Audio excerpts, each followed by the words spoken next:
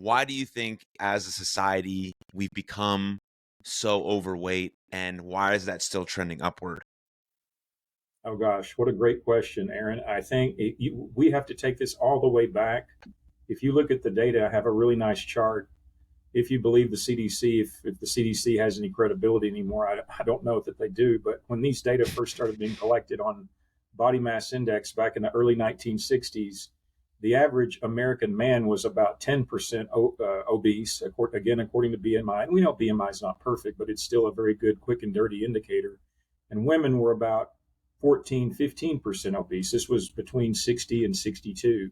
And then the last data that CDC has up until I think it's 2018, men are now obese at about a 43% rate, and it's about 42% of women. And so that we're talking not even a half a century. This has all shifted where, back in the 50s and 60s, even up into the 70s, you didn't even really see that many obese people. Now everywhere you look, it's like it's the United States of the obese. I mean, it's just shocking. So I say all that context to answer your question to say I think it's a couple of things. One, clearly fast food. I mean, if you look at the true evil empire, McDonald's, that started all of this deterioration of food, that came into being in the late 50s, early 60s, and it trends. The rise in fast food restaurants.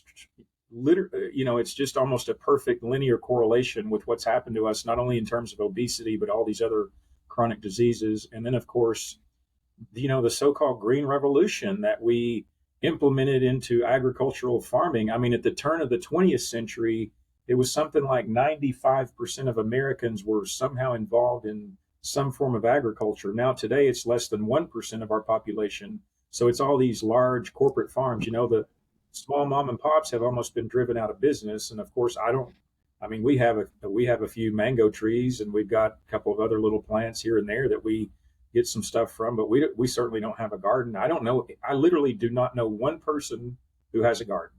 I mean, it's just our entire society has completely shifted and changed the way we grow our food and how we consume our food. And so I think this green revolution, where we had all of these, the pesticides, the herbicides, and then a little bit later we had the genetic modification of our foods on top of that, all of these chemical genetic inputs that have been introduced into our foods in the last 50 years.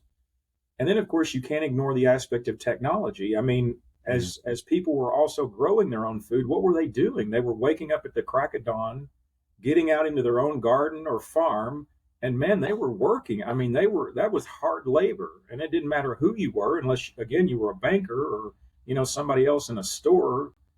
But most of us would have been, you and I wouldn't even be having this conversation 100 years ago. We'd be out in our cornfield, growing, doing what we needed to do to make sure we had a crop to eat.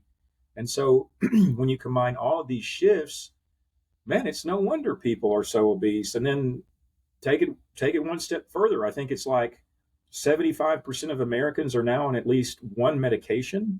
Mind-boggling. And I think there's like 40, 50% who are taking at least 4 medications.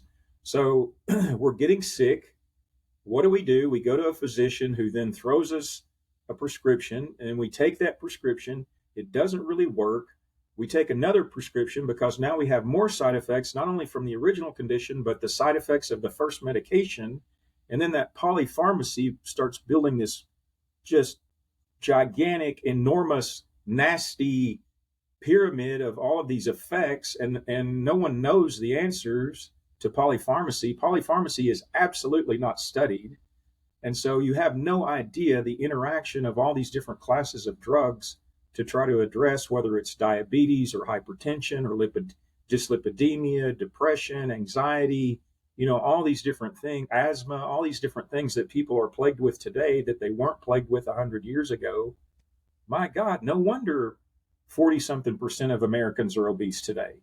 It's just staggering. And I don't know where we go. I mean, it's like, I think of it like from my own perspective. I mean, and maybe people would think I'm being too hard or my opinion is too rough, but I think everything in life, for the most part, still comes down to personal responsibility. Unless you're underage, you're a minor, or unless you are demented or you have Down syndrome or you're severely autistic, something that prevents you from being an independent functioning person, everything comes down to personal responsibility. And that includes your health, because if you're not taking care of your health, not only are you impairing your own quality of life, but then when you add that up, by the thousands, hundreds of thousands, millions, all the way up to our entire population, now we're contributing to a very sick society that can't function properly. I mean, look at some of the things that you hear from like the military. I mean, the Army now can't even accept.